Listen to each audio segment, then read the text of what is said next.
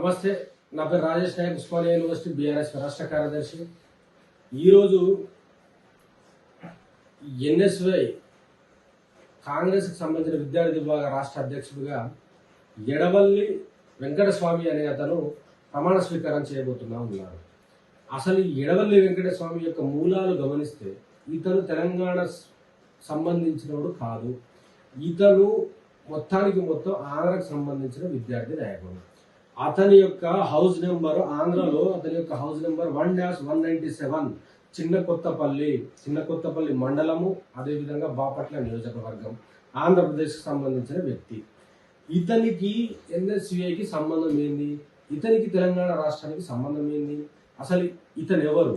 తెలంగాణ రాష్ట్రానికి సంబంధించిన ఎన్ఎస్యుఐ రాష్ట్ర అధ్యక్షునిగా ఎన్నుకోవడానికి ప్రధానమైన కారణం ఏంటిది అనేది ఇలా తెలంగాణ రాష్ట్రంలో ఉన్న జనాలలో, ప్రజల్లో కానీ, తెలంగాణ మేధావుల్లో కానీ అదో రకమైన భయాందోళనకరమైనటువంటి చర్చ జరుగుతూ ఉన్నది. అసలు ఆంధ్రకు సంబంధించిన వాళ్లకు పదవులు ఇవ్వడం వెనకాల కారణం ఏంటి అంటే, ఇప్పుడు ఉన్నటువంటి ముఖ్యమంత్రి గారు ఆంధ్రకు సంబంధించిన వాళ్ళని ఎంకరేజ్ చేసి ఆంధ్రకు సంబంధించిన పెట్టుబడులదారులను ఇటు తీసుకొచ్చి ఇక్కడ ఉన్న దాన్ని దోచుకోపోవడానికి ఇలా పెద్ద ఎత్తున కుట్ర జరగబోతా ఉన్నది.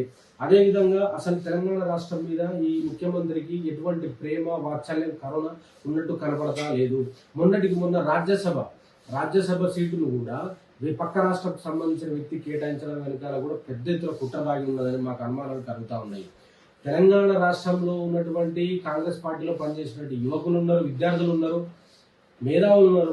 అటువంటి వాళ్లకు ఇలా పదవులు ఇవ్వాల్సింది పోయి ఆంధ్రకు సంబంధించిన వాళ్లకు పదవులు ఇవ్వడం వెనకాల దాగి ఉన్నటువంటి కుట్ర అర్థం కాని పరిస్థితిలో ఉన్నది. తస్మాత్ జాగ్రత్త. అరే బల్మూర్ వెంకట్, ఇవాళ నువ్వు ఎమ్మెల్సీ పదవి రావడానికి కారణము విద్యార్థి విభాగమే.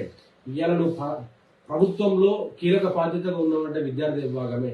నాడు కేటీఆర్ మీద అనుచిత వ్యాఖ్యలు చేసిన నువ్వు ఇలా ముక్కు నెలకు రాయాలి కొడక.